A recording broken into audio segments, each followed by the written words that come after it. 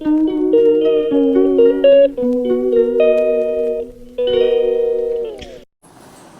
मंडळी, कशा आहात तुम्ही? मस्त आहात ना? मजेत आहात ना?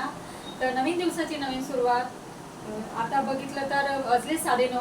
सगळं डब्बा झाला, सगळी सकाळची जे काही कामं होती ती करून झाली, साफसफाई झाली, किचन साफ केला. पण आता मला फ्रीज साफ करायचं होता. भरपूर दिवस झाले मी साफ करायचं ठरवलं होतं, पण ते राहूनच गेलं.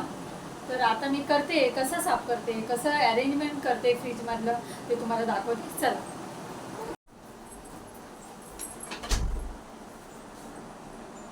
हा आमचं फ्रीज आहे. फ्रीजवर काय नाही, एवढंच आहे ठेवलेलं. आणि हे काय, ह्याच्यात फुलदाणी वगैरे ठेवले.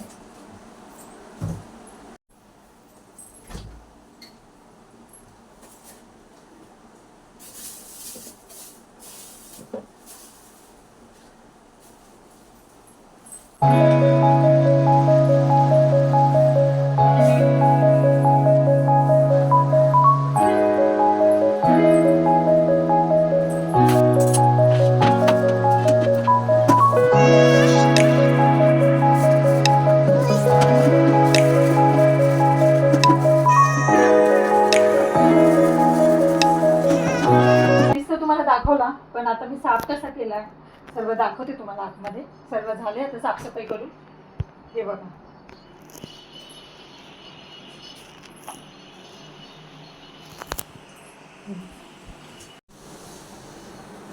हे बघा, हे सगळे डब्यांमध्ये ठेवलेत.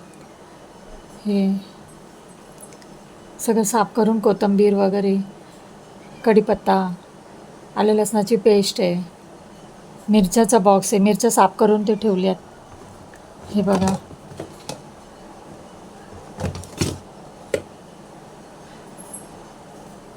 हे ज्यूस आहेत, गरमीमध्ये आणतात आणि असंच लागतंच, थंड असतंच घरामध्ये. इथे हे 2 आणलं होतं त्यांनी. हे पण हे इथे ठेवलं आहे. हे भेंडी भरून ठेवली याच्यामध्ये, मिरचीची पेस्ट आहे ह्याच्यात, दूध आहे, भाज्या आहेत, भाज्या साफ करून ठेवल्यात. हे फ्रूट्स आहे, तर ह्याच्यात आंबे वगैरे, आंबे फळं ह्याच्यात ठेवते. ह्याच्यात हे आलं लसूण आहेत, लसूण साफ करून ठेवलं आहे, खूप दिवस टिकतो तो. ह्याच्यामध्ये सुक्कं खोबरं भरून ठेवलं आहे मी, हे पण टिकतं, खूप दिवस टिकतं ह्याच्यामध्ये ठेवलं तर. फ्रीजमध्येच ठेवते मी जास्त करून. हे एक्स्ट्रा भाज्या आहेत.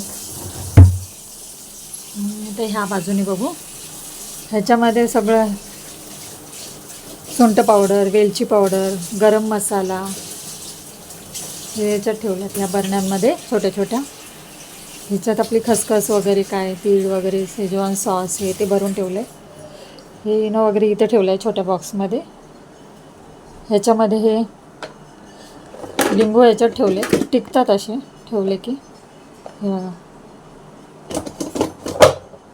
हे कस्तुरी मेथी, हे बडीशेपचं आहे, हे सांबार मसाला आहे, हे फ्रूट्स कलर आहेत, हे जेवणामधले आपले पावडर लागतात ते मसाले. हे बघा,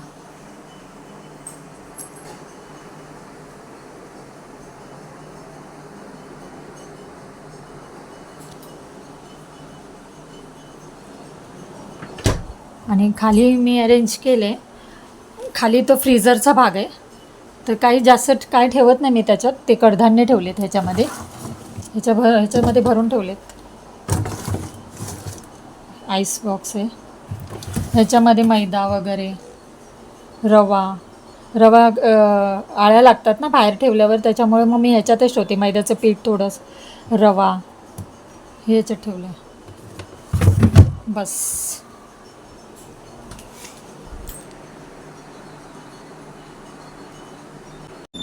कशी वाटली तुम्हाला माझ्या फ्रीजमधली अरेंजमेंट? तुम्ही कसं वाटलं फ्रीज? तुम्हाला नक्कीच कमेंटमध्ये सांगा. चला.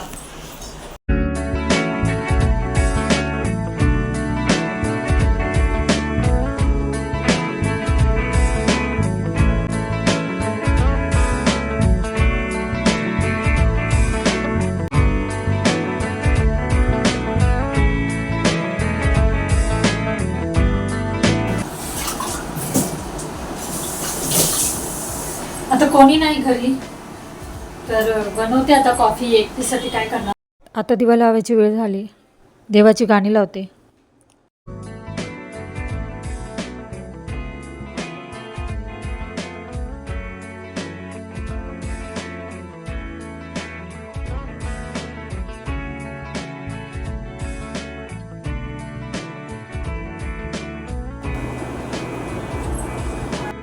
किचन वगैरे सगळं साफ करून झालं, चहा वगैरे झाला, झाडू मारून झालं.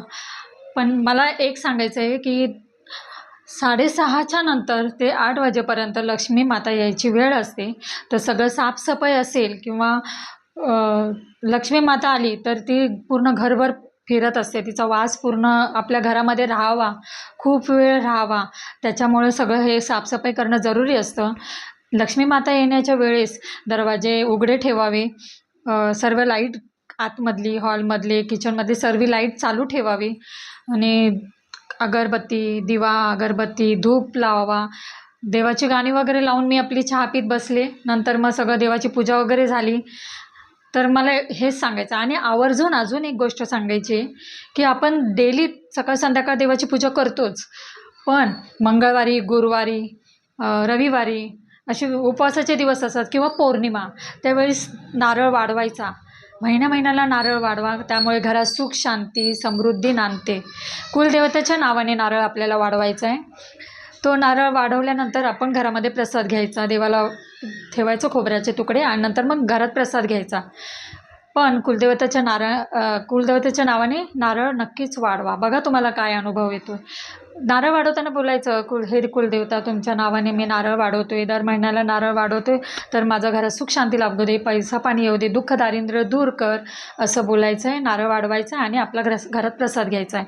असं दर महिन्याला एक कोणता तरी वार ठरवायचा. मंगळवार, शुक्रवार किंवा रविवार किंवा पौर्णिमा पण चांगला दिवस असतो. त्या दिवशी तो दिवस ठरवायचा आणि नारळ वाढवायचा. बघा असं करून तुम्हाला काय अनुभव येईल ते मला कमेंटमध्ये नक्कीच सांगा. हे चांगलं आहे, त्यासाठी मला तुमच्याशी शेअर करावं असं वाटलं, म्हणून मी हे शेअर केलं. आणि सगळ्यांनी, मी तर सांगेल, मी पण जात नव्हते, पण मला आईने सांगितल्यापासून मी म्हणजे आता खूप वर्ष झालं आम्ही सगळे मिळून दरवर्षी जातो गावाला. तर गावाला कुलदेवत आहे आमचं. तर कुलदेवताच्या दर्शनाला सगळ्या कुटुंबांनी मिळून जायचं, पाया पडून यायचं, ओटी वगैरे भरायची, कारण आपण दरवर्षी जातो. पण दरवर्षी नक्की जावा, तो खूप छान अनुभव येईल. आपल्या घरात सुख शांती लाभेल. मुलाबाळांसाठी चांगलंच आहे ते.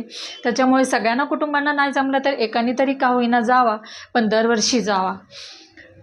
आणि अशा माझ्या मनातल्या काही गोष्टी होत्या की तुमच्यापर्यंत शेअर कराव्यात माझ्या ताईंना, मैत्रिणींना, तर मी शेअर केल्यात. तुम्हाला कसा वाटतोय अनुभव, हे करून नक्की बघा, मला कमेंटमध्ये सांगा. चला आता संध्याकाळची वेळ झाली आहे, तर काय संध्याकाळचं जेवण बनवायचं आहे ते तुम्हाला मी काय बनवते शेअर करते, दाखवते. चला. जेवणात पडवळची भाजी आणि भाकरी बनवली. छानपैकी संध्याकाळी जेवण झालं आमचं, जेवलो. तर चला मग, कसा वाटला हा माझा आजचा दिवस मला नक्की कमेंटमध्ये सांगा. आणि व्हिडिओ आवडला असेल तर लाईक करा, शेअर करा, सबस्क्राईब करा. तर चला, पुन्हा भेटूया. तोपर्यंत खुश राहा, आनंदी राहा, काळजी घ्या.